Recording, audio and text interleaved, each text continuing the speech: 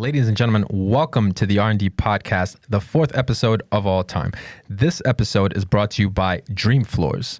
Ladies and gentlemen, if you have a carpet, if you have a raggedy floor, if you have a stain from a pet that you were unable to train and it's all over the place, if you want something new, if you want to install a nice hardwood floor, this is the service for you. This service provides hardwood floor installation, dustless landing and refinishing, custom borders and inlays, base and crown molding installation. Really all that means is expert sanding and finishing, custom colors, custom installs, and moldings. This service is fully licensed and insured, owner operated. Contact John for your free estimate today. nydreamfloors@gmail.com. Phone number 631-793-7128. I have the CEO of Dream Floors with me here today, Jonathan Gonzalez. What's going on, buddy? What's up, man? Thank you for coming here, man. I really appreciate it, bro. I appreciate you having me. Hey, man, I just butchered that intro. So maybe you can tell us a little bit about the specifics as to what you do and how you even got started. Well, I got started when I was 17. Pretty much my cousin just came upstairs and said, "Hey, you want to work tomorrow?" I said, "Sure." And I started off doing carpet. I hated that. And when I left that place, the owner of the store found out that I left the sub and told the hardwood floor division to call me. I worked for them for a little bit, quickly made myself one of the top guys, and went off on my own because I figured I can do it myself. That was a very big mistake because it was super hard, and they don't tell you a lot of the background that goes into running a business. So there was a lot of learning curves that I had to go through to get to where I am. But pretty much over the years, I've perfected my sanding techniques, custom coloring, color matching. Now I get all these pictures forwarded to me from Pinterest, like, we want this, and I figure out how to get that. Whatever the situation being, I find a way to make it come to reality. Now, let me ask you, so did you have any experience when your cousin first contacted you to do the job? Nope. Nothing? Nope. I just had a back. Oof. I had back, extra hands, and work ethic. That's really what got me to where I am. Never stopping. What propelled you to take the skills that you learned and create a business of your own? My son. Your son. Yeah. When you have a kid, it kind of takes away the lax approach that you would have otherwise. Sure. So yeah. It's time to do or die. So when was this? Like, at what age did you have your son? My son was born. I was 18 when he was born. I went off on my own completely when I was 21, roughly, and never looked back. Wow. And now I have two. I have my son, who's 12 now, Jaden, and my daughter, Layla, who's 3. So just when I thought I was halfway done, I started over, and now I have to keep working every day. It's a life we chose, man. And I think there's something about that, though, man. Like, because you talk about work ethic. I don't think anybody would, start something like that, take advantage of the skills that you learn on the job and you keep at it, right? It's kind of like something, it's something that came across your way, but then you chose to develop those skills, and then eventually, just with the more work that you had, develop your own clientele, and then just start your own path. It's interesting. I feel like there's something going on this year, and I don't know if it's just me that I'm noticing it, but I feel like 2021, there's like a lot of entrepreneurship going on, a lot of emphasis on people starting something on their own, and even supporting small businesses. Absolutely. Right? So, what would you say to somebody who is interested in kind of blazing their own path, starting something that they can call their own, and starting a business that other people can support. Just do it. Just do it. Don't think about it. Just dive right in. And as long as you do it and give it your all, things pan out. They have a tendency to pan out. Obviously, some people can't hack it, but if you have the drive for it and you're unwilling to stop, it has no choice but to work out. And I kind of that's what I did. That was my approach. It's I can't fail if I don't stop trying. If I keep going, no matter how many hits I take, as long as you don't knock me down, I'm eventually going to win. Okay. And that's what I did. I started off funny. My first job that I ever did, I actually lost money. Meaning I went in there, let's say, with $500 in my pocket to start the job. I walked out of there with $300. Just so you get a reference. I physically lost my own money on this job. Trying to please the customer, doing things that I knew was wrong, but I was pressured into doing it, and I didn't know any better on how to handle clients. And that was a huge blowback because it was my very first job on my own. And, you know, where others would have seen that as foreshadowing, kind of just cut your loss and go back, I was like, nah, I can't accept the loss. And so I came back harder. Wow. Now, let me ask you, do you think this is something that was in your nature to kind of just keep pushing, or is this something that you learned? No, Maybe a little combination of both. My childhood was rough, to say the least.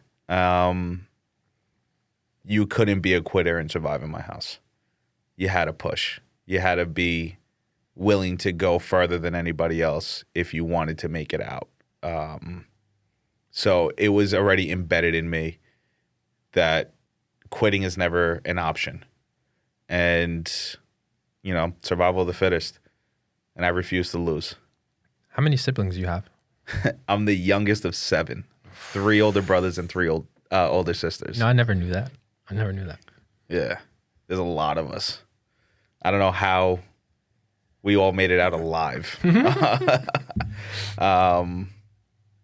But that's what it all comes from. When you're the youngest, you have everybody on top of you. Everybody's bullying you. You know how many sandwiches I had to make for my older brother?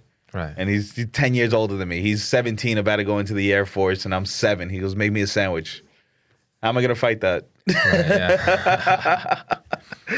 So that's one of the reasons why I'm as big as I am, because I'm not making another goddamn sandwich. And those things, like, they leave scars without you even knowing. And you decipher them later on as to the reasons why you are the way you are. As hard as my life was, I wouldn't change a damn thing because it made me me and put me on the path that I'm at. Right. Now, was this something that you think is instilled in all of your siblings from your parents? Not from my parents, more from each other. Each other and the situation of the circumstance. Yeah. Just the circumstances, right? Yeah. So my dad wasn't around after I was about 9. And my mother, I think I got my work ethic through her. This woman doesn't stop. And we butt heads a lot, and we don't have a great relationship, but I owe a lot of my positive qualities to her because she showed me what work ethic can accomplish. She speaks English now without an accent. She's, you know, seniority in her company. Has a house.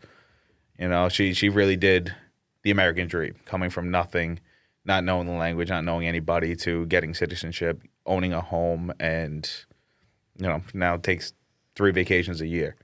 So she showed me what hard work can do. And I guess subconsciously I internalized that. And when it came my time to push, I knew how to do it. Yeah. And I can relate to that because my dad is somebody that he wakes up every day at 4:30 in the morning, and he works 6 days a week, and he's been doing that for over 30, 40 years. You know, it's something about seeing somebody with that type of work ethic, with that type of drive, that kind of, when you see it, even when you're young, it's something that kind of pushes you. Yeah. And maybe it was, I wonder if it was you seeing that with your mom and then even with your other siblings. What do you think? I think it definitely had to do with seeing my mother. Sure. Or not seeing her because she was always working. But it was instilled in me very young and always reinforced, nothing is free. So this house that we have, with all its defects, cost money. You know, the clothes that I wear, the phone that I eventually got. Well, I got my phone when I was able to pay for it. But everything that I got nothing was ever given to me. Everything was always, this is what I had to do to get this. So just so you know, don't, throw it out the window. Take care of it because nothing is free, nothing's given. So that was just instilled in me from very young. My fight, I think, is just, I always had it in me. I was always that guy where I never was able to back down from anything. You eventually became a fighter too, right? I did. I started training for boxing when I was very young. I don't know, 10, 11 years old. Jeez. I was very good at it. I had at one point scouts to go pro, and that was going to be my life. But then Jaden came, and it changed my perspective of everything. Where it's, what if I get hurt? Right. What if I don't get hurt and I keep going, and then Jaden turns 20 and I can't speak?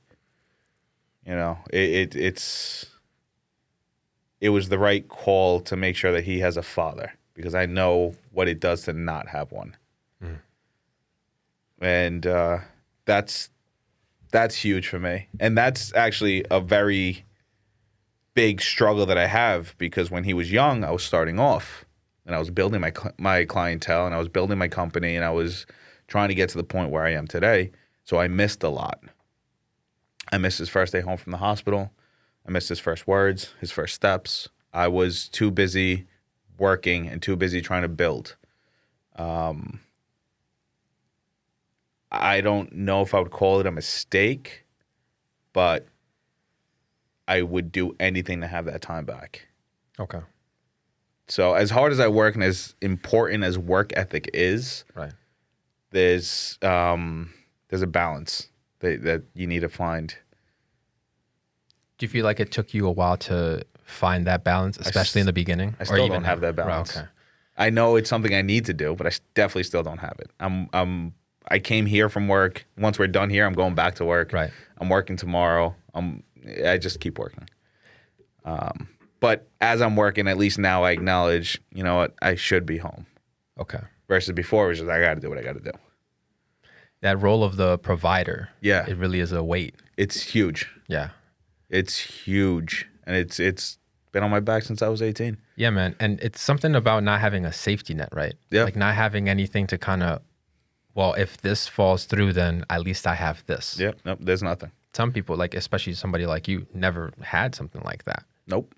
Do you feel like that helped you though? Like, do you feel like that kind of like... It kept the fight going at 100. It never let me ease up a bit. So I have this fight with my wife all the time. She's like, why don't you schedule for if something happens, now you have some time to make up for it. And if nothing happens, you get some days off. That to me is a very lax approach. And I don't think I can do it. I don't think I can just sit there and just let a day go by without being productive or without going to work and making money or doing something. Yeah. So it's a problem I have, definitely. Definitely classify as a workaholic, but there are worse things to be addicted to. Sure. I mean, well, it's one of those things, right? Because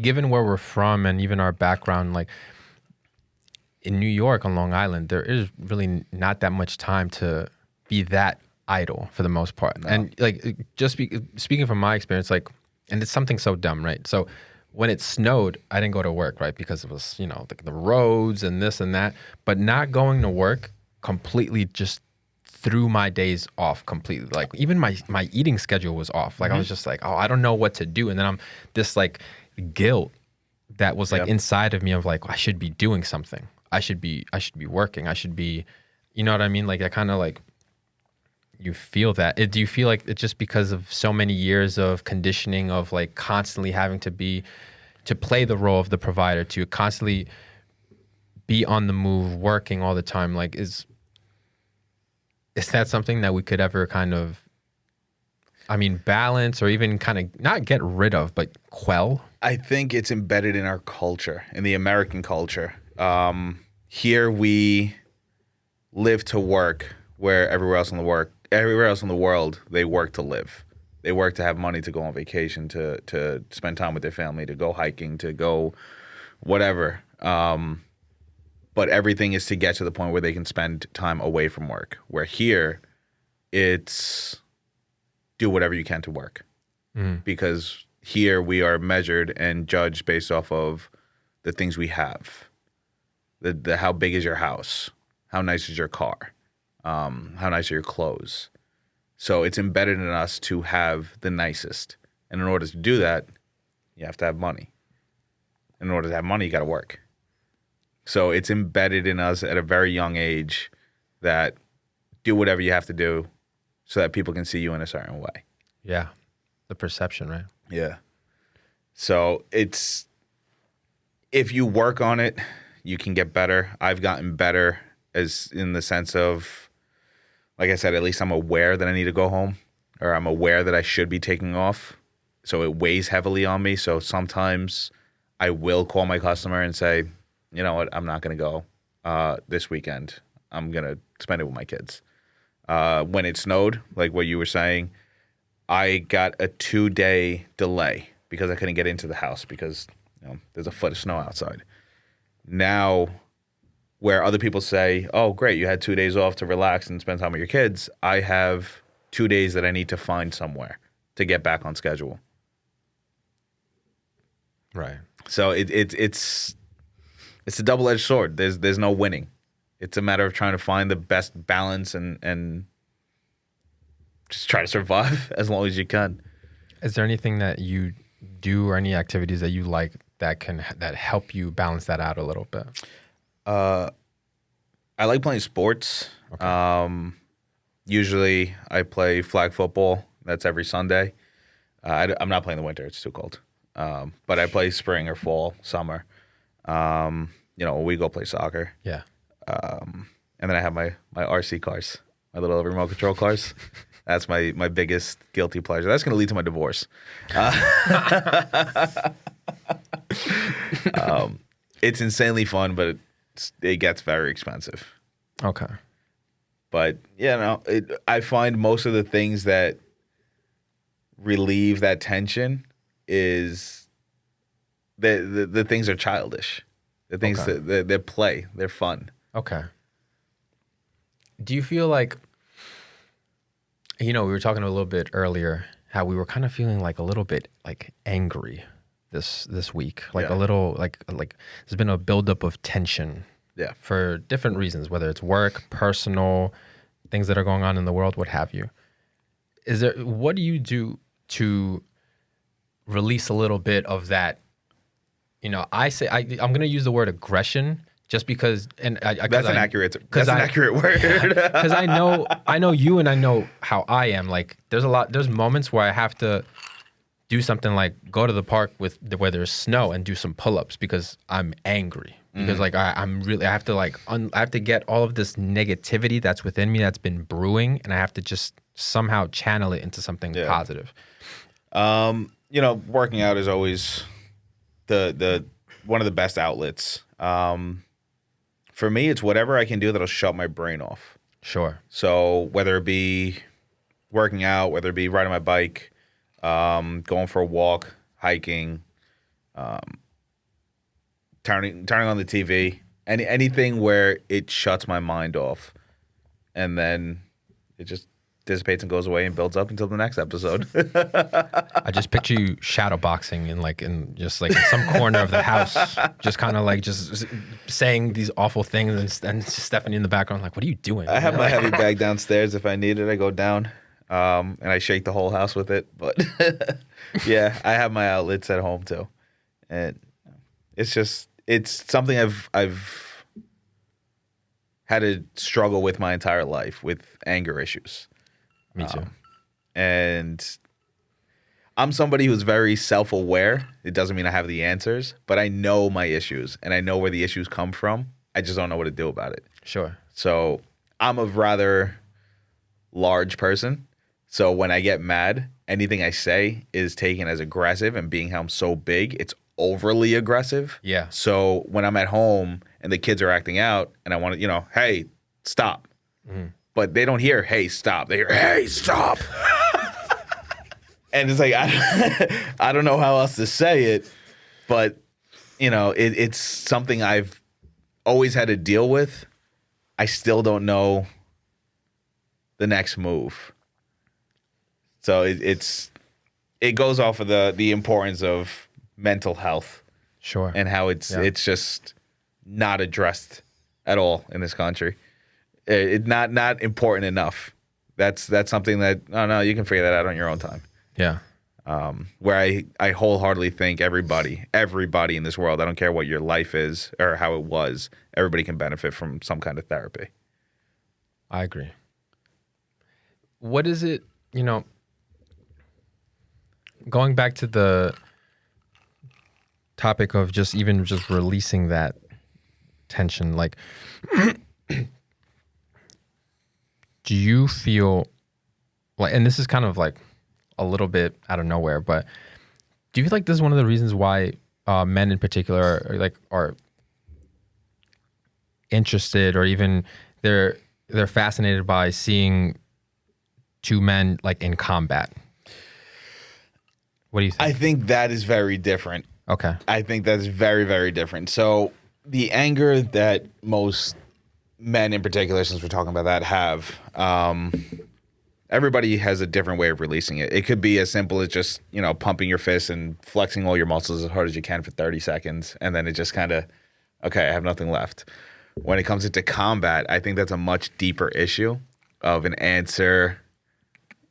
Like, people ask themselves, would I be able to do this? Or would I be able to best him? Mm-hmm. And now you're able to see other people figure out that answer. Are they a fighter? Are they going to be the one to kill instead of be killed? It's a question inside of people that we haven't had to answer because we live in a society with, rules that you don't just go out and beat the crap out of whoever you want. But to sit down and watch it, now you get to see that. I think that pulls more from human nature and prehistoric times where the biggest caveman can take all the food. I don't think that's so much as an anger thing, and seeing other people release anger. Because if you fight, you're not fighting out of anger. You hype yourself up, you make yourself pissed off or whatever it is, but it's very tactical. It's a skill. It's a skill that you hone in. It's playing chess. It's making a move that's going to make them make another move that then you can attack, which is not as direct as Hulk smash. Yeah. So I think when it comes into like the UFC or boxing or anything like that, I think it's more of, can I do this? Right. Or look at these two guys. I can do that too. Yeah. So it's a different feeling. I think it comes from a different place. Okay. Having a boxing background, how do you feel about these new fights that are happening with, these YouTubers getting in the ring with legitimate boxers? Like, I wonder, because, I'm just a spectator at this point. Like, I've never had experience in these sports and in these practices. So I do find it interesting. Like, that's why I want to ask you, like, what do you think about it? I love this. So when we see athletes, we always see athletes competing with other athletes. So we see, let's say a Conor McGregor, and then we see a Dustin Poirier, and we see these two elite athletes go up against each other. Take out the other elite athlete and put in a regular person, and that shows the difference between a professional athlete and somebody who's athletic. There's a massive gap between those two stages, but we never get that perception of it. We just get, I think I can do this, because we don't see them up against normal people. And they're not normal people. Professional athletes are not normal. They are freaks of nature, and they have a given gift that you just can't get. But they combine that gift with their work ethic. Absolutely. It's not like I have this and I'm good, but when you have that gift and that drive, that goes more to my point. These people are so far beyond normal. Yeah. That if you ever put them in a normal setting, then you'll really see the difference. So when you have these YouTubers like, oh yeah, I do backyard boxing, go into the ring with somebody who really knows what they're doing. And you will see the difference between backyard boxing and a professional athlete. So what do you think about the Logan Paul Mayweather thing? It's interesting, right? Because Logan Paul's bigger, he's younger, he's all of those things, but then it's not going to be close. You're going against arguably the best boxer. It's not going to be close all time. Yeah, it's not of our generation. You don't think so? All right, Mayweather's fantastic, and I love to hate him. He's undeniably amazing, and one of the reasons why is because he plays chess. He doesn't go in and I'm going to brawl and do it. Look, I know my strength. I'm going to play my game, and I'm going to make you play my game. And I'm going to win because I know my game better than you. But greatest of all time, you have too many. You have too many that are up there. You got, Tyson is still there. 50-0, though. I get it, but there's more to it than just the fight. Sure.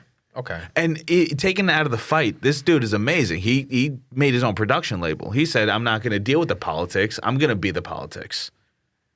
And he really, that's a huge thing in the boxing world that beforehand, Tyson is one of my favorites. And Tyson got destroyed by his promotion because the promotion had too many politics to it. And they steered him in a way that would make the most money, not of what was best for him. Where Mayweather said, I'm going to take care of all that.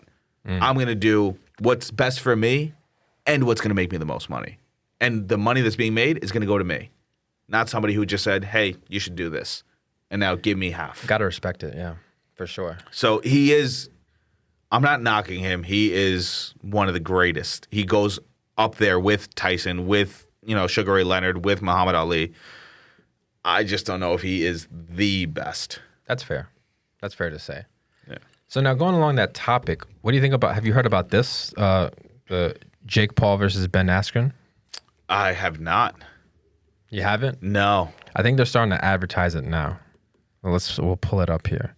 By the way, we got John and Coast in the mix, everybody. You can go ahead and say hello. What's going on, everybody? What a duty. So let's see. Jake Paul, Ben Askren. So now you have here, Jake Paul's had what? One fight, two fights? 2 fights. And then you got Ben Askren, who's a legitimate MMA guy in the UFC, but he did get that. He's kind of infamous now for that knockout, for that crazy Masvidal knockout. Well, now you're gonna see professional athlete against regular person, right? So it's gonna be entertaining to watch. But the difference is gonna be very clear, in my opinion. I might be wrong. For all I know, this YouTuber might be legit and just use YouTube to get his platform. But I think this is going to be a very quick fight. So when is this going to be? Just scroll up. Do me a favor. It looks like April 17th is when this is going to go down. Well, I'll definitely be watching. We'll see what happens. It's doing its job. It's going to get the ratings. It's going to get the viewership because it has people talking. I'll definitely be watching, but I think the outcome is going to be pretty clear. Well, listen, I will listen to you for fighting advice because you, my friend, are a wizard. Because I remember, listen, look, 2 weeks ago, there was the fight, Dustin Poirier, Conor McGregor.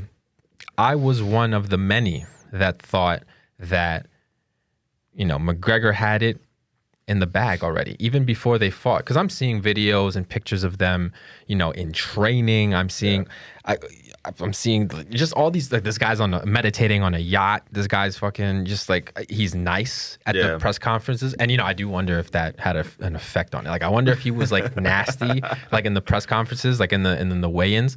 I wonder if that, I don't know. You never know. But I remember the night of calling you because John had told me, he's like, I think Gonzalez is saying that, Poirier got this. And I'm like, what is he talking about? So then I call you. And then what did you tell me?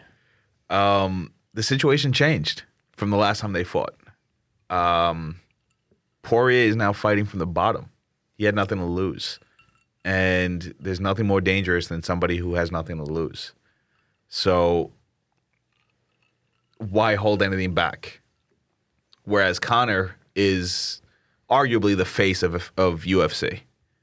He came in, he made the biggest splash. He sells out arenas in Ireland that nobody else except for like you two can sell out.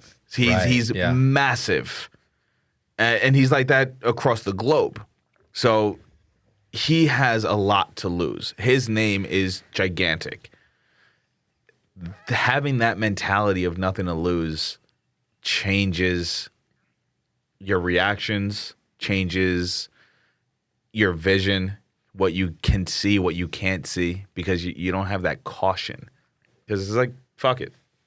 What's the worst that's going to happen? I'm going to lose again? Nothing. I already lost the first time, so who cares? Yeah. Nothing to lose, everything to gain. Exactly. So if you watch the fight, Conor had some great hits. Bro, I thought he had it. I'm watching the first round, bro, and I'm like, dude, he's so like, he's limber, he's in there, he's loose, he's fluid loose, with everything, and his striking ability is just, he's just hitting those crazy. I'm like, wow. But now here's the thing: you had somebody who's been hit by him before, right? Who knows how to take that hit and not make it affect him as much as it did last time. And then once he found his range, he was just teeing off, right? And there was no stopping him. Yeah. Because he had nothing to lose. Fuck it, I'm going to sit here and take this beating because I did it before. Why not? If I can stand up, I'm going to keep going. And he just needed that moment. And in the first round, I think Conor had it. But Poirier still had his moments. And the first round, a lot of times, is sizing up. So I'm a huge fan of Khabib. And if you watch any of Khabib's fight, he's a very slow starter. His first rounds are always finding the range, letting everything go, finding the range. Just take your time. Because once I know exactly how to beat you, you cannot stop me. And Poirier kind of did the same thing. He took the beating, but he found his range. Because he knew what he could take. And then he found his range and he executed his plan. And that's where it ended. He put him to sleep. Yeah. We saw that fight. We saw the Khabib Justin Gaethje fight. That's fantastic. It was a horrible, horrible way to watch it. But because we watched it the way that we did, with who we watched it with and how we did it was fantastic. I think it was just a special day. That was also on October 24th, 2020. That was, I think, to be honest, man, and that was probably one of my favorite days, like ever, personally, of that year. And one of the coolest parts was, the drive up. Like once the day got started, like we started at 5 a.m. because we knew we wanted to go on a hike, then go to the waterfall, then watch this fight, and then go home, right? Yeah. But it doesn't make sense how everything came together so perfectly. In your head, you wanted to go on a hike, go to the waterfall, watch the fight. In my head, I wanted to watch the fight. That's all I cared about. I almost didn't go because of the off chance we weren't going to be able to watch this fight. And somehow, the stars aligned somewhat, and I got to watch it. But the biggest thing was the fact that we rolled with it. It was like, okay, we have to leave early. I'm used to waking up early. Fine. I'm going to wake up early. I'm going to wake everybody up early. We're going to get going. And we miraculously had a, 3-hour drive? Something like that. And got to our destination at the exact time that we wanted to arrive at our destination, which is impossible to do. It never happens either. Let alone with, 1, 2, 3, 4, 5, 6, 7 guys? Yeah. It's because there was no girls. This is, I was wondering which episode we were going to get canceled, and I knew it was going to be this one. I knew it was going to be with you. I don't say that in any bad way. Look, I've been married for a long time. I know how it goes. I know why the women are always late. It's because they're doing everything that the guys are too lazy to do. I give you guys credit. We wouldn't be able to function without you. That being said, just own the fact that you're always late. Hey, man, it is what it is. But it all worked out, man. And it's just one of those things, because I even remember us talking about it that day.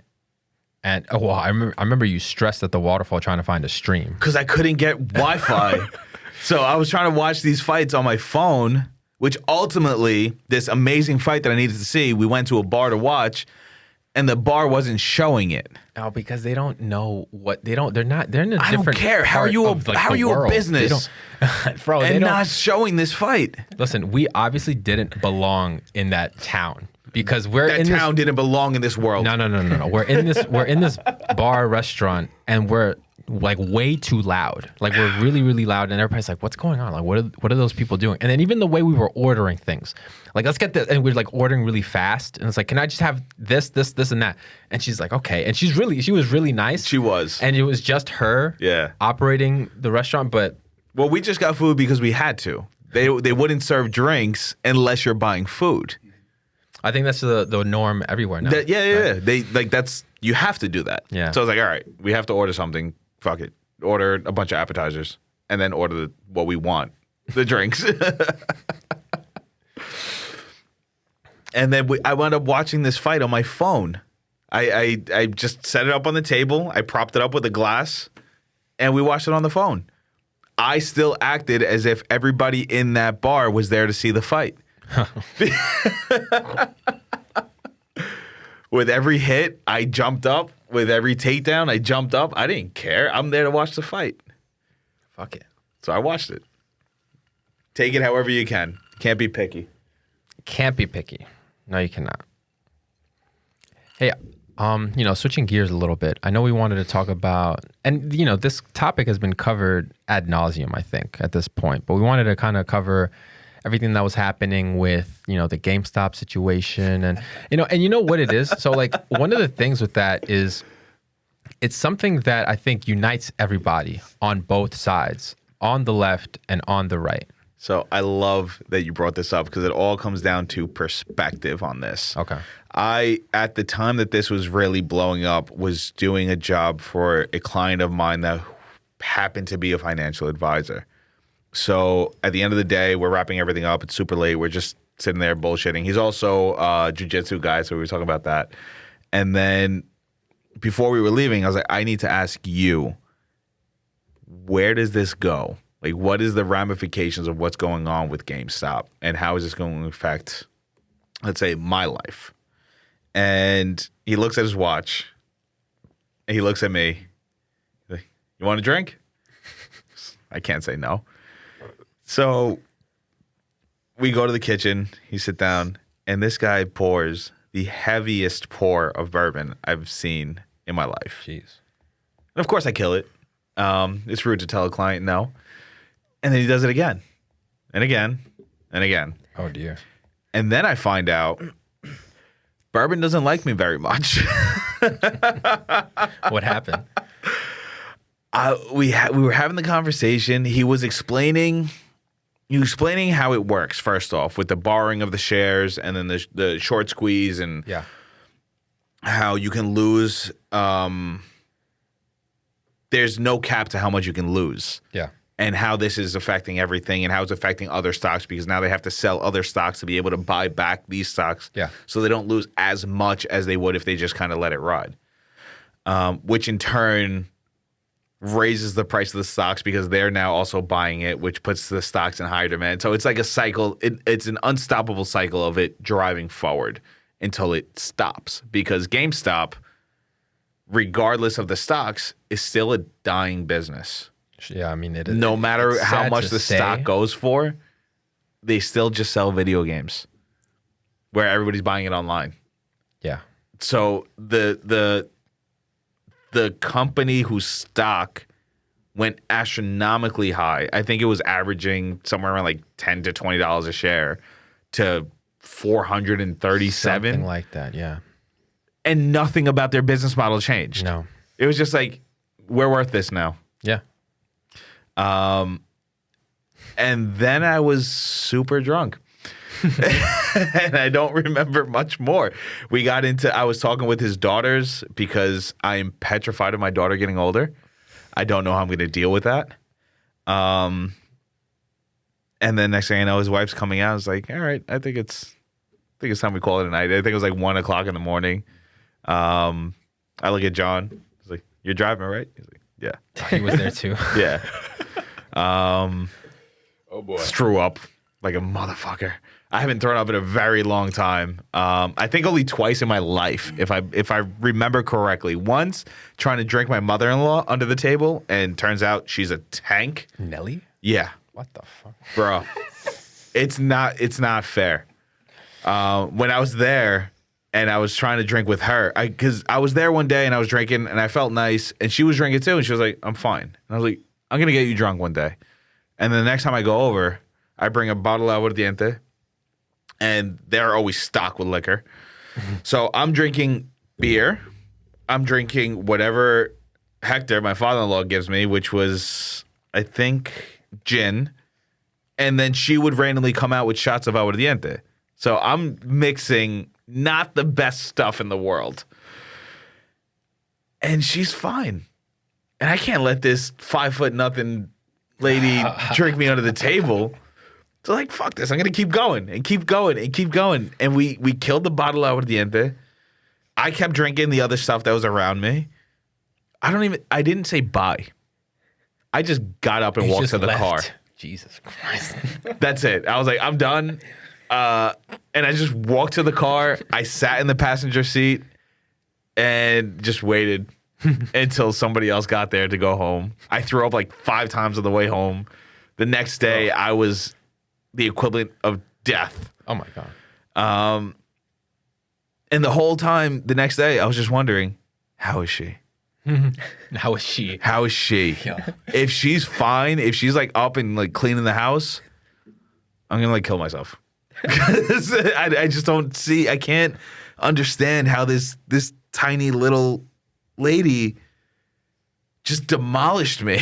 It really is funny how like the competitive like aspect that's in us. I can't stop it. It never goes away. I can't stop it. go No away. matter what, it doesn't matter what we are doing. I need to be the best. Uh-huh. Hence why Dream Floors is the best. Speaking of Dream Floors, the second time you threw up was on the floor that you just polished, right? No. I made it to the truck. At the job. Oh, I made it to the truck, and I barely, but I made it. barely. And John, being the amazing person that he is, went to the back, got a bucket that I had there, brought it to me. So while he was driving, I was just throwing everything out. Just blah. Jesus Christ. I apologize. I get home, he brings me inside, he puts me on the couch. Stephanie has to take off my boots, my pants, and just I'm out. I'm out for the night on the couch. We all have nights like that, man. Now, I just want to say one thing. I am way too comfortable driving under these conditions. I was equally as fucked up, bro. Equally. We that makes me feel so much better because I thought he was fine. No, Hence why I absolutely gave him fucking the not. keys. That's why I slowed down because I see you not slowing down, and because I had a feeling that was happening, and I'm like, "Fuck, this guy's gonna make me drive." But you saw those heavy pours. I did. Like it's not in my head. These pours, they were full glasses of bourbon. Now, what made him pour so much? Like, was he just I think he was drinking before we got to that point. so then he? So I don't think he. So you just said GameStop, and he's like, oh, Yeah. oh, let's fucking. Exactly. I gonna think need that's how multiple it of went. these. Yeah, I think that's how it The went. guy was looking for a reason. You said GameStop. Oh, god damn it! Let's fucking go. Now I don't. So did he? Did he ever say anything about how that's going to turn out or anything? Because He might have. to go back to, I have no idea. You know, I keep hearing all these things, man. Because like, But what I do ahead. remember him saying about it, at that point, Robinhood was like already stopping people from buying the share and selling or whatever it is. And so I asked him about that. And he explained to me how Robinhood works. that's right. Yeah. And it's not as cut and dry as it was given to us as our news story. We were told, oh, they're just doing this because they're trying to help the Wall Street guys. When really the way that Robinhood works is there's a third party that's kind of like the money. They're like, okay, we trust you that you're going to pay us when you have to pay us, and that's that. But that third party went to Robinhood and was like, look, this is going to tank. Eventually, inevitably, it's going to tank. So we don't trust you that you're going to pony up when it comes time to pay the stock because you bought the stock when it was 375, and when it tanked, it's going to go back down to 20. So they were like, all right, you can't. You have to control this. And so in response, Robinhood had to pass that on to its users and tell them, all right, we can't do this. It's too risky. At some point, you need somebody to step in for you on your behalf. So it's just a matter of where you're getting your information to see if they're stepping in to be the good guy or they're stepping in to be the bad guy. It's just a matter of your perspective on that situation. So in other words, just to clarify that explanation, essentially you're saying is they wanted to protect people who were buying the stock because eventually they knew that it was going to tank. Well- So in order to protect the people that were buying the stock later when the price was higher, to protect them to not lose as much money? Or maybe I'm that's like that's just an effect that happens to come in, but really they're protecting their own self, because if you're a Robinhood user, what winds up happening is you say, okay, I'm going to buy 20 shares of GameStop. And let's say you do that on Monday. You don't have to pay that until Thursday. But Robinhood has to pay that right away. But Robinhood doesn't pay that. They go to the third party, and the third party pays that. So they buy it on your behalf. Now, if you buy, let's say, $500 worth of stocks, and then by the time it comes time to pay for it, those $500 are now worth like $10. Fuck off. I'm not paying. Okay. So Robinhood's kind of watching themselves from other people not paying them and them not being able to pay the third party. So it's just too many hands in the pot. So a liquidity issue that they have. Yeah. You know, and by the way, just to That's how he explained it. I don't know Okay. if this is legit. He did it much better than I'm doing it now. Of course, yeah. But that's what he was explaining to me, and it just clicked on me. It's all just I'm a huge believer in your mind is going to confirm you're biased. yeah. So if you're sitting there saying Robinhood bad, Robinhood did this, and they're a piece of shit because they're trying to manipulate the market and they're not playing by the same rules, then hearing the story or the headline, Robinhood stops sales of GameStop, is like, yeah, they would do that. But if you're sitting there and you're thinking of the economical collapse of the stock market crashing because of this stunt, then you're like, okay, they're stopping the bleeding. So whatever side you're on, it's just a matter of perspective of how you see the story. This is why I ask you, and because I'm so interested in this story, because as far as This is not something that is in my wheelhouse necessarily. Like, it's not. I'm Mine not a either. finance guy. I'm not a stock guy. But as far as stories go, it is one of the most interesting stories. It's a great story. It's fantastic. Of the past it's decade. If you David think about versus it. Goliath. Yeah, just so, and this. But how true is that statement? Well, okay, so it definitely started on that subreddit Wall Street Bets for a fact. So like a group of small investors, and you know what's funny? Like the letterhead of that subreddit, I think it's when 4chan meets a Bloomberg channel. So 4chan is, if you're not familiar with that, let me find a good explanation of how to describe 4chan. It's really kind of like this forum where, let me see, an anonymous English language image board website. So just anybody can just kind of post there and just post on there and just, there's no filter at all, right? And, this is kind of where you think of like the internet trolls and this and that, right? So this group on this Reddit, and by the way, they had to do a lot of research to find out which hedge funds were short selling GameStop stock, right? Yeah. Once they found that information, they banded together and then they started buying the stock and raising the price. Right. It was all a fuck you to Wall Street. That's right. The entire thing was just, stick it to the man. We're gonna rebel against the giant. Right. But see, now that story plays very well if you're into that kind of narrative. You're like, yeah, the little guy went up against the big guy, but did he? How much extra help did he have?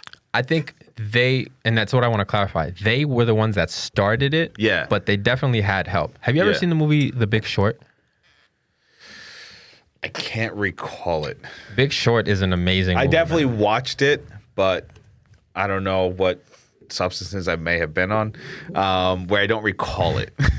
So The Big Short, the movie came out in 2006. The movie came out in 2015. And the whole thing, the whole premise of it is it explains how the housing crisis in 2008 started. And it shows that there were some investors that were doing the unthinkable. I just want to give a big shout out right now to John because he brought a bottle of bourbon. Doing a great job. And he's doing an accurate pour where we can continue to function as members of society after this is done. Appreciate you. Exactly right. So that movie, the premise of it was it showed that there were people that were betting against the housing market, which at the time was unthinkable because the housing market was doing so well, right? Right. Later on, we discovered that there was a lot of fraud, which they used to give mortgages as groups because it was easier to approve them. That's right. So one of the biggest people, one of the first people that shorted the housing market, his name was Michael Burry. He also shorted GameStop. And I think he was raising the price of GameStop. So he was against the short sellers also. But he had that play. He knew the play a year in advance. So, and he made a lot of money off of shorting the housing market. So he is an example of somebody that helped that. Now, how much the David and Goliath thing is there, I think that's still a question because the whole like I said when you brought it up, the little guys had to make the needle move to get the big guys to join in. So there's definitely power in numbers. Okay, yeah. And watching them do this it's amazing that everything that we have seen in our lifetime, and yet we still get new things. Right. And we still get new oh shit moments because we're living through an epic time period. I want to see our lifetime in the history books. I want to see how it's written because we have monumental movements that we have witnessed. And then just to see another one is fantastic. This event will definitely be in that. It will be, of course, as far as top events that has happened in human history, at least in the US, this is definitely up there. And this is the thing, right? I love that you brought up the story of, the client that you had and him giving you that perspective. And I'm interested in hearing different perspectives. Right. Another one, though, is that again, it definitely started on that subreddit, but it could be that once, maybe other hedge funds, once they saw that their competitors were losing so much money, Absolutely. they also participated in the raising of that stock price. Yeah, right? of course. And then that just kind of created a snowball effect that exacerbated the situation. Now, the thing is, to provide another perspective, right? The thing with Robinhood is the only reason that they would stop or they would restrict trading is from what you said, a liquidity issue, right? Now, the thing is, Robinhood, one of the main hedge funds that Robinhood reports to is this hedge fund called Citadel Securities, right? He said that. Now I just didn't remember it. So now, this article that I'm reading in the Washington Examiner, it's saying right here, Robinhood made as much as $100 million from Citadel Securities in the first quarter of 2020. Citadel Securities pays Robinhood for the right to handle order flow and access certain user data, which allows Citadel Securities to access real-time information about which stocks its users are buying and selling. Right? So this is the thing. They make their money off of data. That's the game. Data is the currency. new gold. Data is the new currency now, right? So if Robinhood is selling all of this data to Citadel and Citadel was shorting Gamestop stock, there is a conflict of interest there. And that's the biggest thing, right? Yeah. That is the uproar, because now everybody's saying, okay, well, we need regulation. We need to regulate this market. But where the fuck were the regulations in 2007 and 2008 and even after? Well, it comes down to whatever system you put in place, there are going to be people that are going to take advantage of it. So, but okay. No matter what. And that's what market manipulation, this is all, Market manipulation, in essence, this is 100%. all just different parties manipulating the market, right? Now, in 2007, 2008, it was Wall Street manipulating the market, doing what they do, and then having taxpayers, people like you, people who have their own businesses, people who are just trying to work, do their own thing. The middle class. The middle class bailed them the fuck out. And there was never any talk about regulations then. But now, whether it's a David and Goliath thing on this subreddit at all, you have people, regular people, benefiting off of the same practices that these motherfuckers were doing in those years, them benefiting off of it, because that's what it is, right? At the end of the day, that subreddit, it's not, you could say that there was, and I'm sure there was an agenda there. There was, sticking it to Wall Street, fucking them over because of everything they've done. But it's also about making money. So now when people start making money, then that's when you want to say, oh no, we need to regulate it, and we got to get this together. We got to figure this out. And you know what? And I do have a question, right? Hold on. I just want Go to play ahead. the devil's advocate. Go ahead. The devil's advocate there. Go ahead. So I love the story of the little guy taking over, youngest of seven. Who doesn't? So, I get that 100%. But now here's the thing. And this is where I wholeheartedly think that people need to understand their knowledge. So Wall Street has been the money of the country for how long? What I So wish I could give you an exact date, but for a long time, because this country doesn't make anything anymore. Exactly. So So let's go this route. If Wall Street falls, who gets hurt? Wall Street guys make their money off of the profits, off of the earnings. If you invest $100,000 and then that $100,000 turns into $500,000, the investor makes, let's say, 20% of the earnings. They're not betting with their money. They're betting with yours. Why? Because it's a safe bet. No, well, I'll tell you why. The answer to your question should be when Wall Street speculates and they gamble and they lose money, it should be their own money that they lose. The problem. But why? The problem is, this is the problem, right? The problem is they're in a situation where they can do all of the shit that they do, and they know that at the end of the day, they're going to get bailed out by the government. Now, when they speculate, they should be doing that shit with their own money from their portfolio, right? But the problem is they know that the government is going to come in and bail them out. Government, by the way, they don't make anything. They don't make anything of value. The money that government has comes from people. Right. It comes from taxing people. It comes from, I don't want to be disparaging of police officers, but like you have to kind of admit, like, there is a big business of revenue collection from just, and this is a small example, but when you see cops trying to pull you over, this is all part of the system. This is all the government trying to make more money. Government, the only money they have comes from people. So when government bails out Wall Street, that's not government's money, it's people's money. So the answer to your question should be, when they lose money, it should be their own money, and then they fail and they die, and that's it. And that's part of capitalism.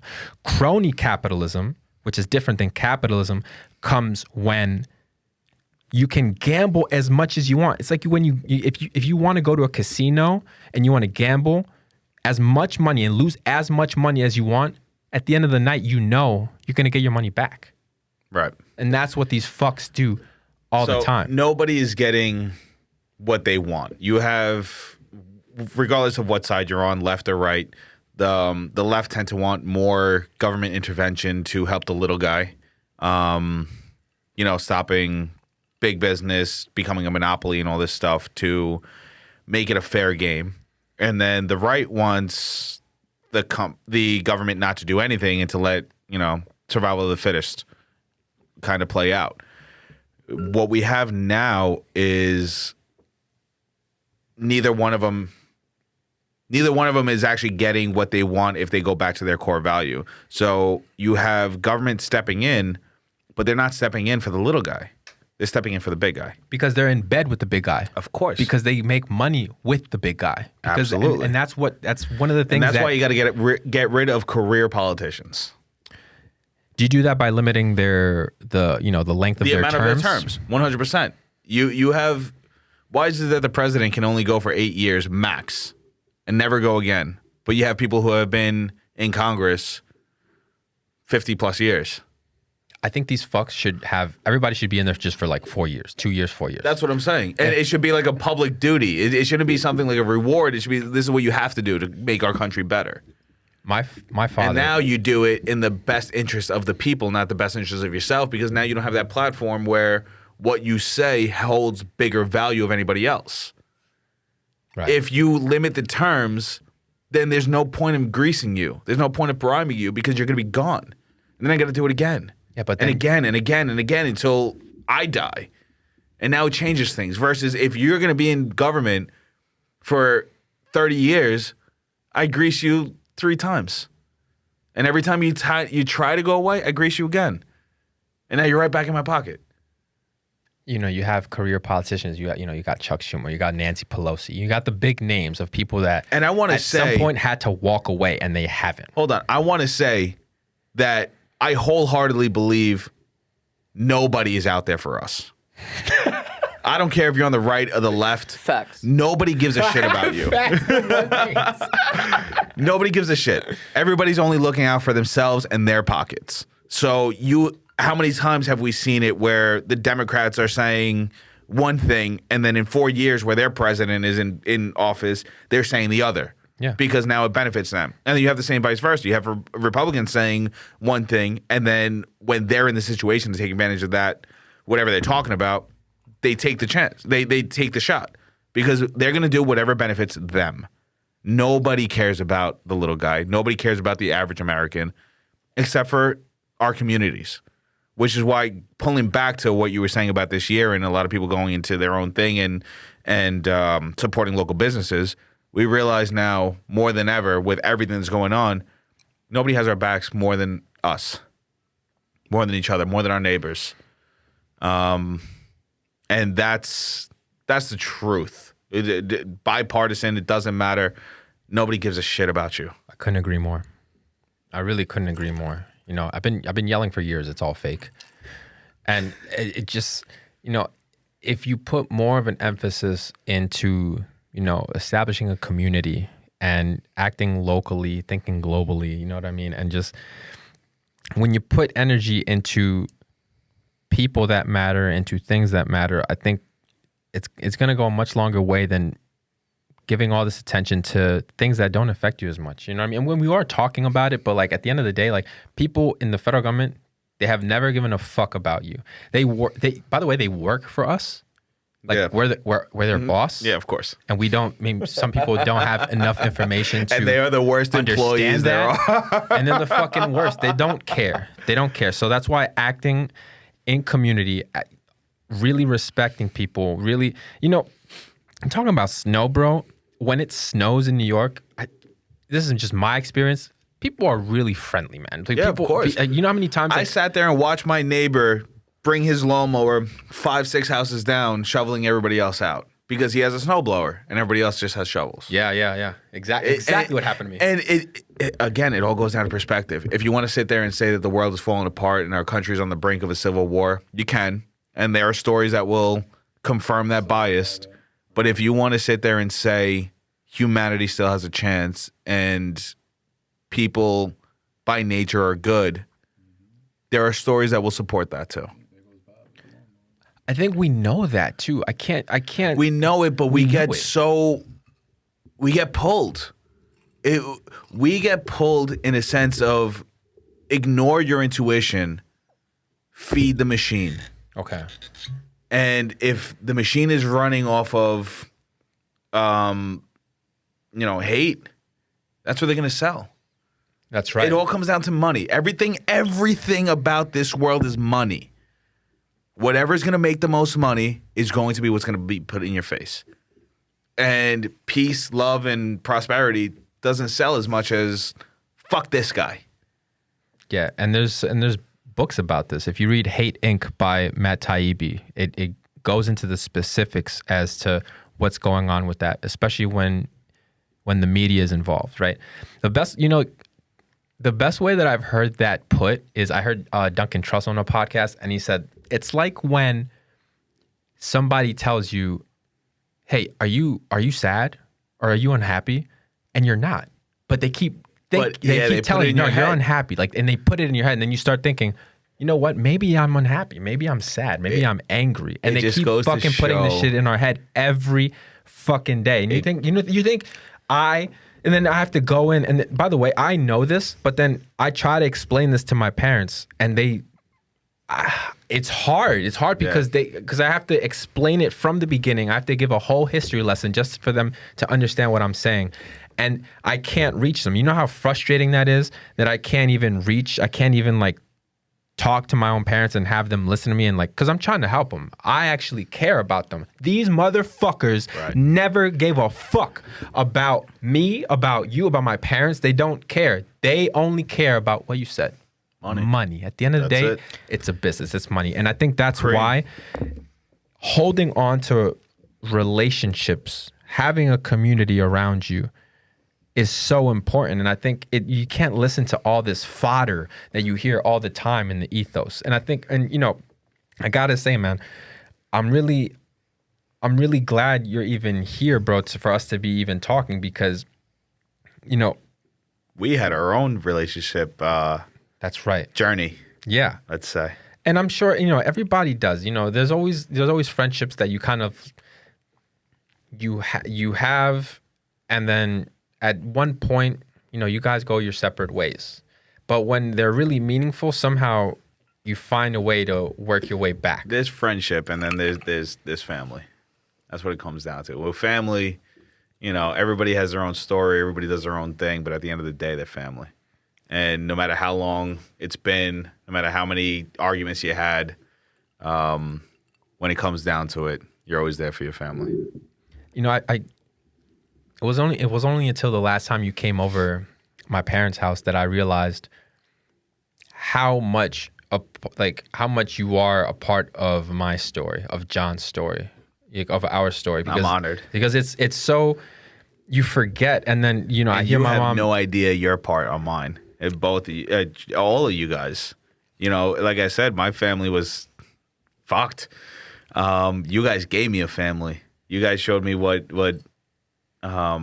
good times could be. Home cooked meals and that love.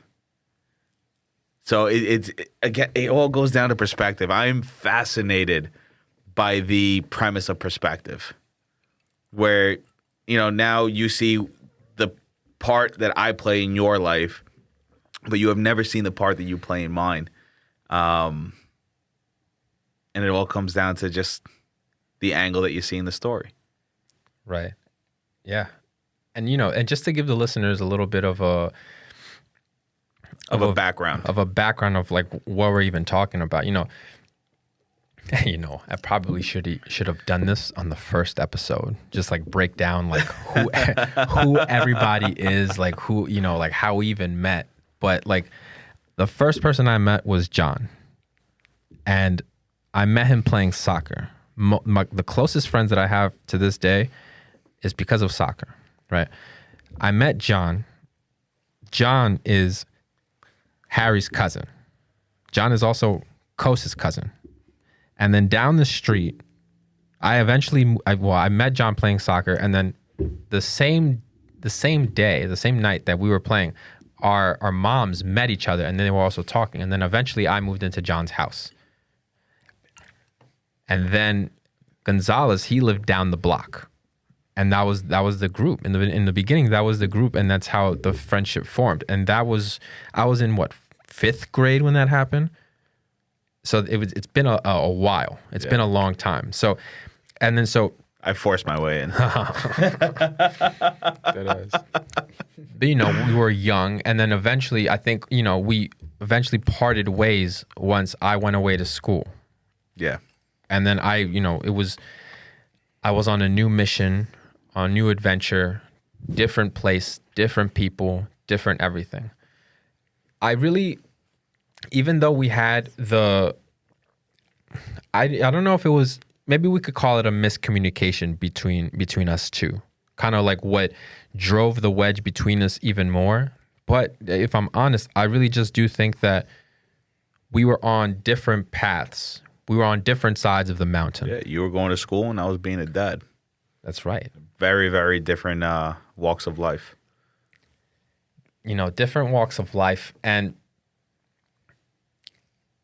what's really cool, and this is why I'm not that hard on 2020 as most people. And I understand why people are so negative about 2020. And there's a lot of hardships out there. But for me personally, one of the highlights was, and I told Kos in the first episode, one of the things that I want to work on is reconnecting with people that I lost touch with. One of the reasons I want to do that was because I was able to reconnect with you, and I was able to reconnect with you because of John. Yeah. Because he loves both of us, and he understands that it's a union that, not only does it make sense, but it's like, we're part of each other's story. We're part of each other's history. There's no me without you. There's no you without us. And that's how it went. Bro, and I was trying to find a way to like fit this in the pod, but I'm just gonna say it. Like, the first time, one of my favorite rappers is Lil Wayne. The first time I heard Lil Wayne was when this dude had a Mustang. Gonzalez had a Mustang, and he was bumping the Carter 3 like loud in that fucking Mustang, and that's why I think the Carter 3 is one of the best albums ever. And wow. I'm like, how did you find out about this? And he's like, there's this website, Hot New Hip Hop. You gotta you go to Hot New Hip, you go to Hot New Hip Hop, and you just look up all the shit. And then I became obsessed with looking up music. That's how I got into looking up music, finding the hottest music, finding like the best shit. And that's how I got into Lil Wayne. Bumping Carter 3 in a stolen Mustang. Amazing. It wasn't stolen. It was not stolen.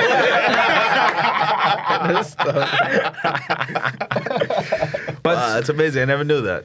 It's the truth, man. The fact that we were able to reconnect, and the fact that I think we both knew after everything that you've been through, after everything I've been through, is we're not enemies. We understand who an enemy is now. We understand that there are actual people that perspective. Yeah, exactly. that they want your downfall. Yeah. That they don't care about you. But then you come across somebody and it's like, nah, I know this fucking guy. Yeah. My mom knows this fucking guy. You know what I mean? Like, and it's like when you think about it like that, I think it's so important to reach a point where you can let bygones be bygones and understand the larger. I never did picture. anything wrong, by the way. Okay. It was all him. But you know, that's what it is, man. And I think it's something that helped kind of it's us reuniting and just the group reuniting again is one of the things that have motivated me to just do something like this, like start a show. And it's like, it doesn't make any sense. Like, why am I doing it? Who the fuck are we? Who the fuck is anybody? Like, why do it? But it's like, it's that energy, that power, that motivation, that love. From that love where it's like, oh, no, I have to keep doing this. I have to keep this going. I have to find a way to keep writing the history with the people that are most important with me. And this is why I'm starting all of these episodes with the people that are closest to me, the squad, the gang, like, and you know, man, like, you know, I maintain that I don't think it was necessarily that there was ill will or there was anything that was, you know, negative on our behalf. I think it was not only, you know, a little bit of a miscommunication, but I think we were just on different. We were on different paths. We were on different paths, on different journeys. Yeah, and sometimes we have a tendency of trying to think that everybody fits together, everybody belongs together, and if you want to, it'll work. And that's not always the case. Sometimes it's just not a good fit. Two people together are just not a good fit, no matter what. It's just they clash, and it could be people that have always been good together now reach different points in their lives that make them drift apart. But there's never any ill will or anything there. Or, I mean, I'm not gonna lie, I was a little pissed at you, but you know, we spoke about that before. We cleared that air, but I was there waiting. Eventually, you would be there, and you'd come back, and my door is always open. I think there's people like that in everybody's life, right? Yeah. There's people like that where you can, you know, maybe you grow apart from each other based on each other's circumstances, but then eventually you do come back. And, you know, we were on different paths, and maybe we still are on different paths, but I think we can help each other along the way, especially with balance, you know, especially with understanding different perspectives, learning from each other. And, you know, one of the things that I never got you to do earlier when we were first, you know, when you know, I was still kind of in school, and then you were still on, you know, you were working, you had Jaden already. He was probably like 5 or something. I was probably 4 or 5 or whatever. You know, we never got to go to a rave together. Oh boy. No, we didn't. And I still don't think that's my scene, especially now. I'm too old for that shit. Well, have you tried it? No. You haven't tried it? No, I haven't tried it. Well, maybe you should. And everybody, you know, this. I want to announce it here, and this was just brought to my attention. Saturday, July 24th, 2021, at Brooklyn Mirage, NYC, Elro, Psychedelic Trip. Concerts are coming back this summer, ladies and gentlemen. The wait is over. Listen, maybe I don't know if I'm speaking. Hold on, because I just got an email not too long ago saying that the weekend was pushed off for another year. So not all of them. Hold that applause, please. No. Listen, Brooklyn, New York, July 24th, 2021. And I just wanted to announce that because, dude, I love fucking concerts. Everybody that knows me knows I love music. I love concerts. Live music is where it's at. And it's fucking finally coming back. And this is my open invitation to you, Jonathan Gonzalez, to come on this Psychedelic Trip open air festival. By the way, about this event, if the event is postponed due to government mandate or COVID-19, you cannot make the new date, you will be refunded in full. So do not fret. And by the way, it looks like it says here Saturday, July 24th, 7 p.m. to Sunday, 6 a.m. Oh, Jesus Christ. Let's go. Light. Listen, Yo, we're having fun. I got kids, man. I got kids. Hey, I man. can't be saying that Hey, all man, night like babysitters, that. man.